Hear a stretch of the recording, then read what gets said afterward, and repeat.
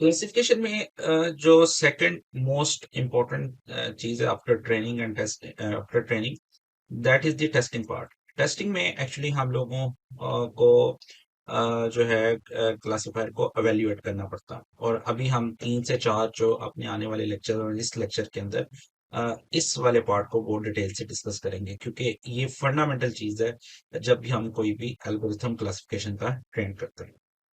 तो सबसे पहले हम ये देखने की कोशिश करते हैं कि क्लासिफिकेशन क्यों और क्यों हमें जरूरत पड़ती है। ये वही लॉजिक है जो हमने लीनियर रिग्रेशन के वक्त डिस्कस की थी कि हमें समटाइम मल्टीपल क्लासिफायर अगर हमारे पास हो तो हम कैसे कह सकते हैं क्लासिफिकेशन, ये वाली क्लासिफिकेशन बेहतर है दोनों में से, या ये वाला क्लासिफायर या ये वाला मॉडल जो क्लासिफिकेशन करता है ये वाला बेहतर है अगर हमारे पास गिवन एक से ज्यादा मॉडल्स हो।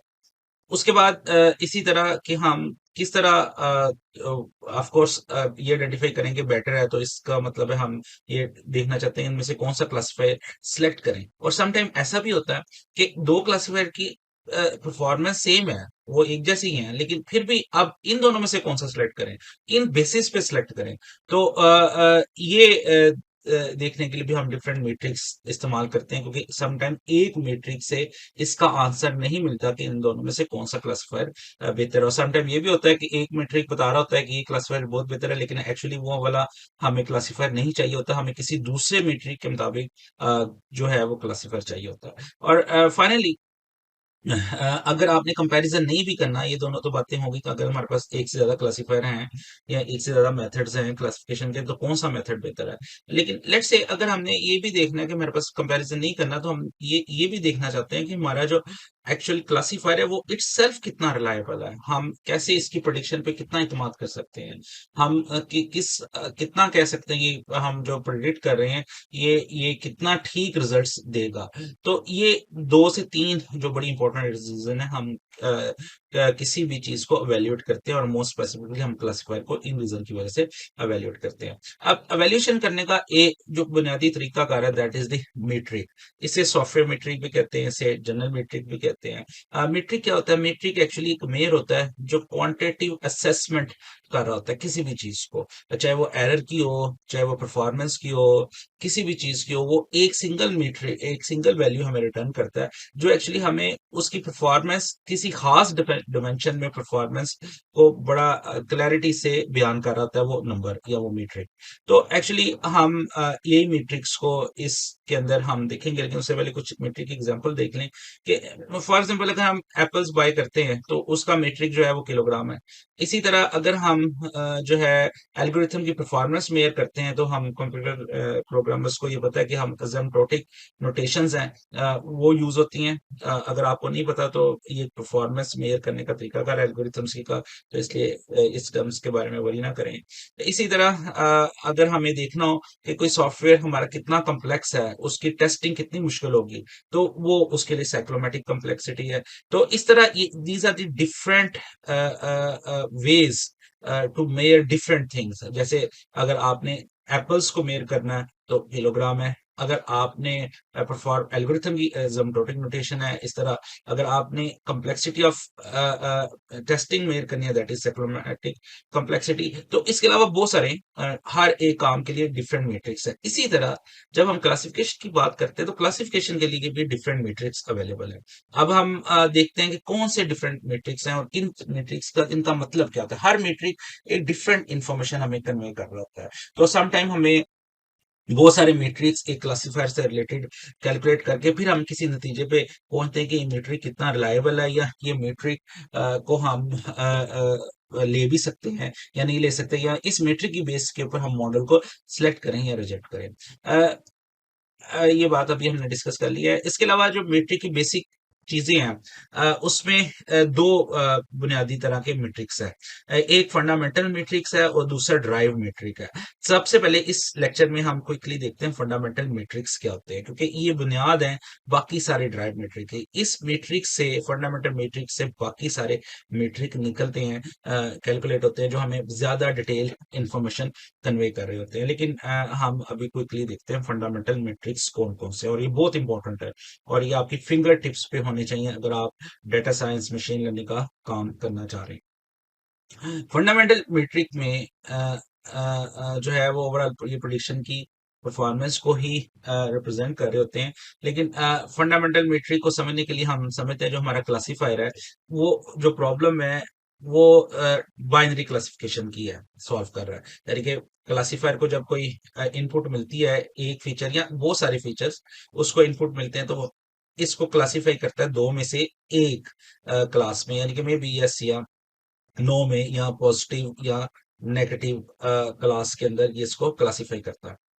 और एक दफा जब ये क्लासिफाई करता है, तो अब क्या पॉसिबिलिटी हो सकती है?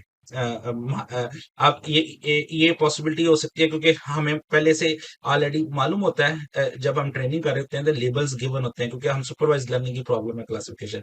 तो मे बी एक क्लास एक रिकॉर्ड है, उसकी वैल्यू फर्स्ट वन की जो है लेबल पॉजिटिव है, और सेकंड वन का जो लेबल है वो नेगेटिव है, थर्ड वन का लेबल पॉजिटिव है। ये एक्चुअल लेबल्स हैं जो हमारे पास डाटा है। लेकिन जब हम क्लासिफाई ट्रेन करते हैं और प्रोडिक्ट करते हैं, हो सकता है फर्स्ट वन का वो इसको पॉजिटिव ही कहे, इस ये एक्चुअल नेगेटिव है लेकिन वो इसको भी पॉजिटिव कहे, ये पॉजिटिव है लेकिन वो इसको नेगेटिव कहे।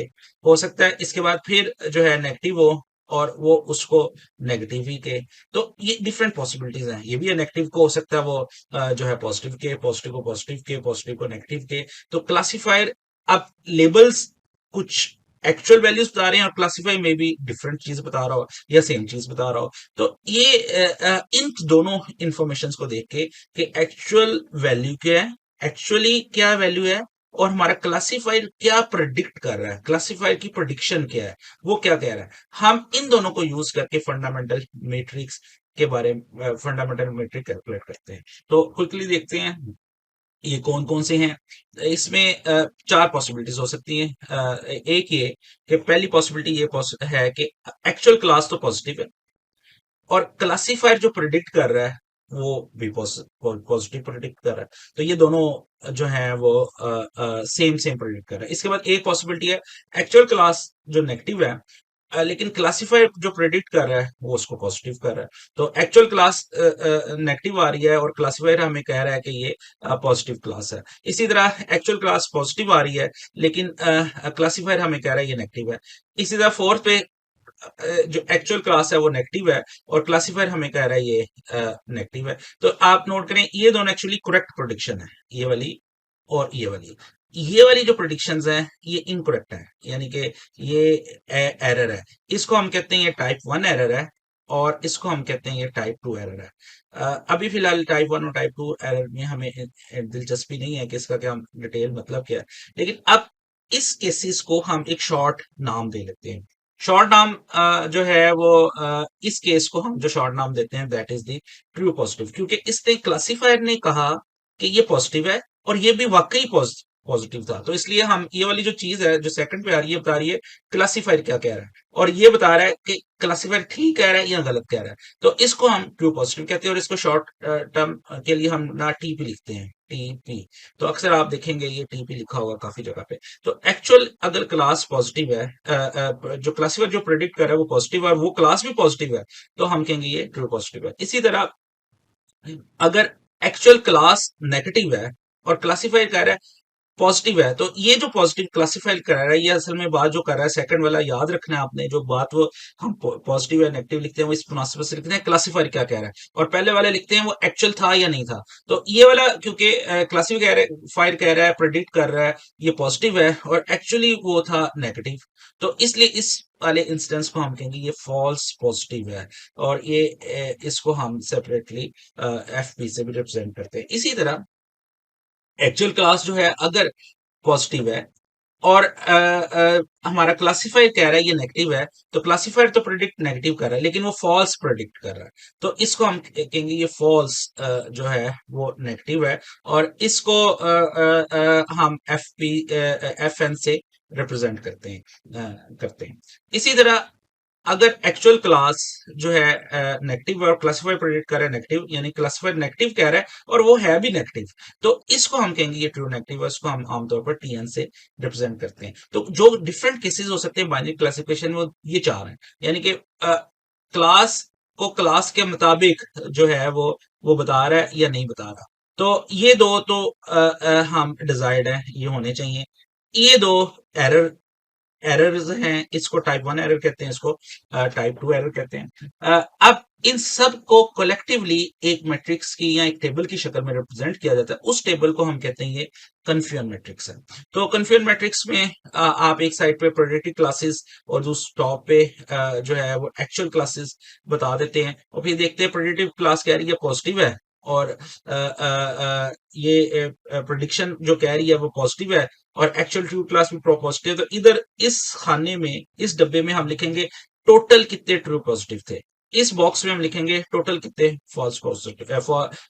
ये जो है ये एक्चुअली पॉजिटिव बता रहा है और ये एक्चुअली नेगेटिव है, फॉल्स पॉजिटिव इस खाने में हम लिखेंगे। इस तरह इधर हम लिखेंगे फॉल्स नेगेटिव, इधर हम लिखेंगे ट्रू नेगेटिव। तो इस बॉक्स के अंदर एक्चुअली हम लिखते हैं मे बी 100 हमने क्लासिफिकेशन की है, तो उसमें से 40 ट्रू पॉजिटिव थे, 20 जो है फॉल्स पॉजिटिव थे। इस तरह 15 जो है वो मे बी जो है वो फॉल्स नेगेटिव है, और 25 जो है वो ट्रू नेगेटिव है। तो एक्चुअली ये वाली करेक्ट प्रेडिक्शन है, लेकिन ये वाली जो है इनकरेक्ट प्रेडिक्शन है। अब इस पूरे टेबल को हम कन्फ्यूजन मैट्रिक्स को यूज करके आगे नेक्स्ट ड्राइव मैट्रिक्स को कैलकुलेट करते हैं, जिसकी बेस के ऊपर ये डिसाइड किया जाता है कि ये क्लासिफायर कितना बेहतर है या नहीं है। वैसे बहरहाल आपको इससे भी अंदाजा हो रहा होगा कि अगर क्लासिफायर बहुत ज्यादा फॉल्स नेगेटिव या फॉल्स पॉजिटिव कर रहा हो, तो इसका मतलब क्लासिफायर ठीक परफॉर्म नहीं कर रहा। लेकिन एक्चुअली ये इनका फर्दर क्या मतलब है, इसको हम आगे नेक्स्ट लेक्चर में डिस्कस करेंगे।